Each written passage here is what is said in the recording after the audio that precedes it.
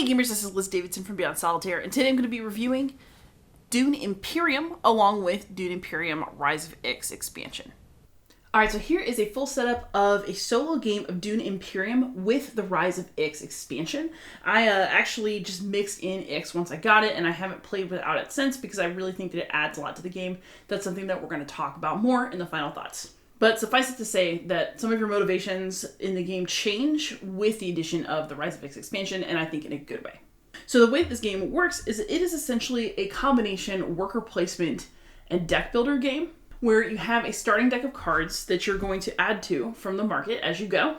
And you also have agents whom you will deploy to various spaces on the board depending on the actions that are available from the cards in your deck. Ultimately, what you want is to be the first one to get to 10 victory points and thus trigger end game. And then you want to end the game with the most points because everybody gets an equal number of turns, so people can try to catch up to you just a bit, depending on who ends the game. There are a number of ways to get victory points. You can do that by building alliances with different groups in the world of Dune. So the Fremen, the Bene Gesserit, the Spacing Guild, and the Emperor. These conflict cards are going to have plenty of victory points embedded in there, so you're going to want to pay attention to conflict, which we're going to talk about in a moment. There are intrigue cards that sometimes have in-game scoring possibilities, so that's another way to get some victory points. There are going to be some interesting possibilities for that through tech, depending on what tech comes up during the game. And if you're really generating a lot of influence to buy cards with, then you can also just pick up these Spice Must Flow cards that allow you to pay a lot of money for essentially a relatively pointless card, but it's worth a victory point when you buy it. So if you've got a lot of influence going, then you can pick that up. But essentially the way the game works is you're going to have a leader. So I've got Duke Leto here, who will have some special abilities, and you're going to have a deck. And on each round, you're going to draw 5 cards from your deck. And we're just going to look at what's in here and talk about it. So the first thing is that you can take as many agent turns as you have agents. So I've started with 2. Eventually I'm going to want my Swordmaster from up here. But essentially I can play a card and then deploy an agent to one of the spaces that's on the card. So the Diplomacy card will let me go make some alliances. So I could say that I wanted to go to Still Suits, this bit over here, move my Influence Cube up, get a water. And if I wanted to, because it's a combat space, I could deploy some soldiers from my garrison. Then everybody else would get to take a turn. And when it was my turn again, as you can see, I can only go to one of these green spaces, so I'd have to pick one. And that can actually be really tough early in the game because a lot of them require money that I don't have. But I can also maybe try to do some tech. So interestingly, that is one of the reasons that X is better. The options for these green symbols just aren't as good without the X expansion because you need tech in the expansion version of the game that doesn't exist in the base game. So let's just say that I used my 1 dagger to send somebody up here to tech negotiation, and that I got an influence from that, and then I can either buy a tech for a discount, or I can put somebody who from my garrison here to make tech cheaper in the future. And basically these little technology tokens give you special abilities of different types for different prices of spice throughout the game. Then once you run out of agents, you're going to do what's called the reveal turn, where you reveal all of your cards, and you use your influence to purchase cards off of the market row. So in this case, I would have 4 influence, and I could purchase something that's worth 4 or less, or a couple of cards that combined come up to about 4. And then I'll also have daggers on the bottom, which if I have someone in combat, will increase my combat rating down here. So essentially on your main turn, you are using some of the actions on the cards to deploy agents, and then you're going to use the rest during the reveal turn to purchase cards and boost yourself during combat if you have someone from your garrison in combat. Combat down here is a very brutal enterprise because basically everybody who has soldiers in combat will lose them all, regardless of who has the majority. So everything you put in the middle of this fight board, you are agreeing to lose. But sometimes it's worth it. So every round you're going to have a conflict card. Sorry, I'll explain why these guys are here in a moment. And there are different rewards for first place, second place, and then in a 4-player game, 3rd place. But this is a 3-player game in solo, which I'm also about to explain. But essentially the way this works is you deploy troops to the middle. Each of your cubes is worth 2. You can get more to deploy from various spots on the board that have, cubes on them. And then any daggers on your cards are worth 1. You can also come out here to this tech tree to get your Dreadnought. And this is worth 3, and it always just goes back to your garrison even when you lose combat, which is very convenient. So it's an unlosable, strong military piece. So rather than go further into the details of the rules, which you can get from my How to Solo video, I want to talk about how to play this solo. So in a 2-player game, you have 1 rival. In a solo game, you essentially are playing a 3-player game, but 2 of the rivals are AI, and then the 3rd player is you. So essentially, these guys will not build decks the way that you do. They're not going to spend resources the way that you do. But when they acquire resources, they can spend them for victory points. So you have to be really careful about what you let them get. And they have a deck system that is going to let them take up spaces on the board, deploy troops from their garrisons, and otherwise totally mess with you. And that is this deck called the House Hagal deck. Basically, on an opponent's turn, as long as they have an agent to deploy, you're going to flip a card from House Hagal, and it's going to tell you where they're going to go. And there are some restrictions, but, for example, this card would not work because nobody has 2+ influence of the Spacing Guild, so you would just draw another card until you get one that the opponent can go to. So if it was Thorvald's turn, then he'd be able to go to Arakeen. He would get 1 troop that he would then automatically deploy, and he would also get his signet power, which is Spice Horde, so he would get a spice. So basically you do exactly what's on the card, and the AI will run itself. And it packs a bit of a punch, which we are going to discuss in the final thoughts.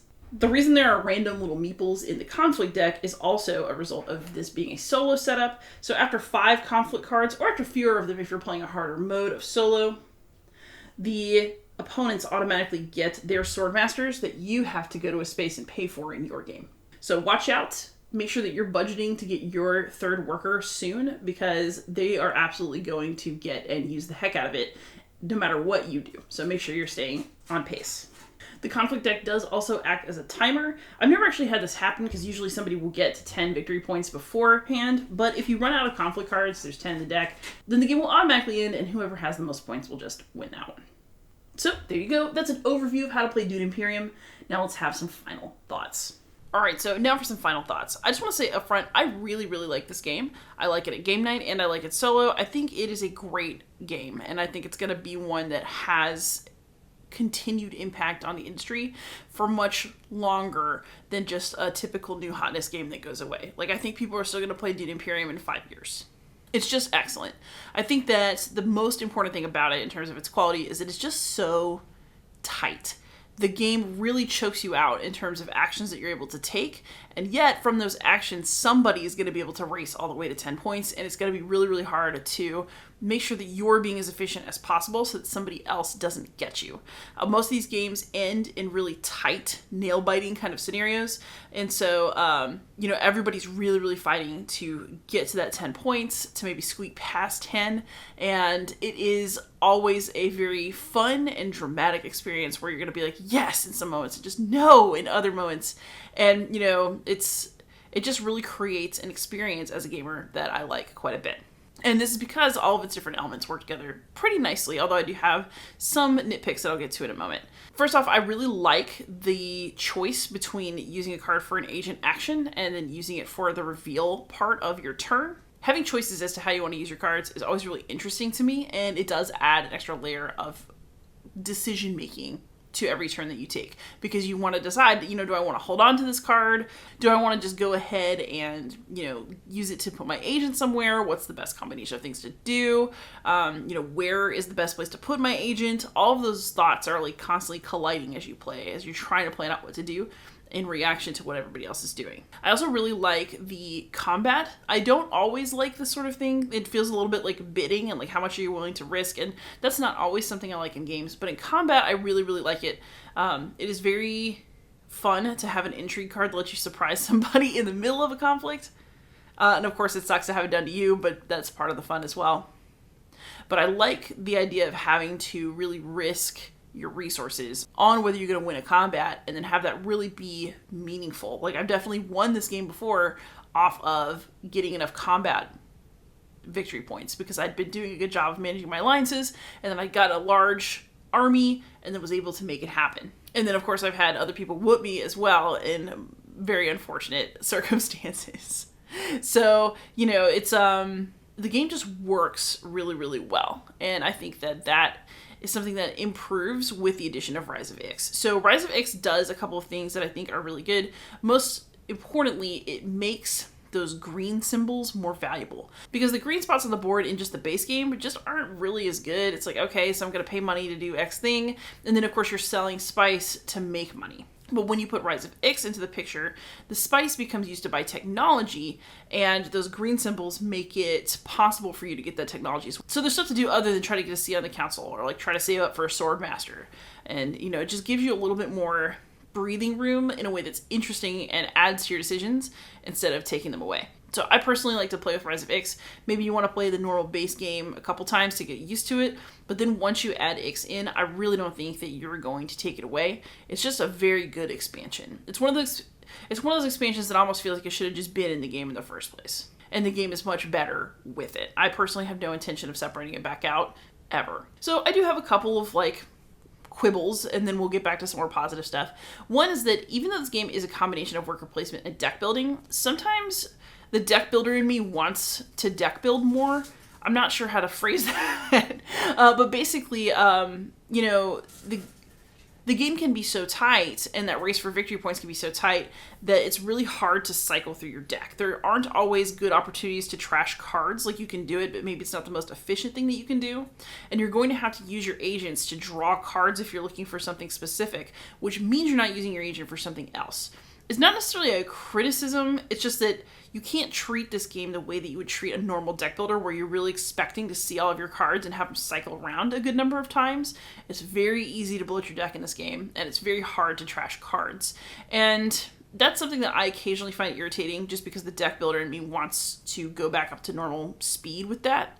But it's also just part of learning this game. You have to remember that just because you build a deck doesn't mean that this is a deck builder in the way that you would expect from playing something like Aeon's End. And the other thing I would note is that if you're playing this game solo, I actually think the AI is good. Let's do the solo balance thing here. I think the AI is good. It's very easy to run.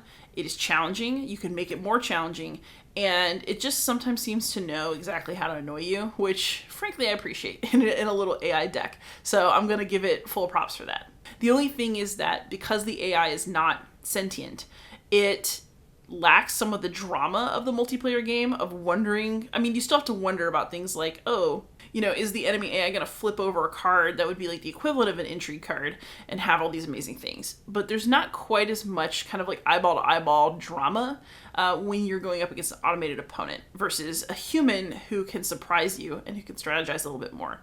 That's true of all solo games though, and I actually think that the AI in this does a really good job of having easy upkeep and creating most of the feel of play with other people, because the AIs really are pretty good about getting into combat and making it difficult for you, about blocking off spaces that maybe you actually wanted. They're definitely going to put up a real fight.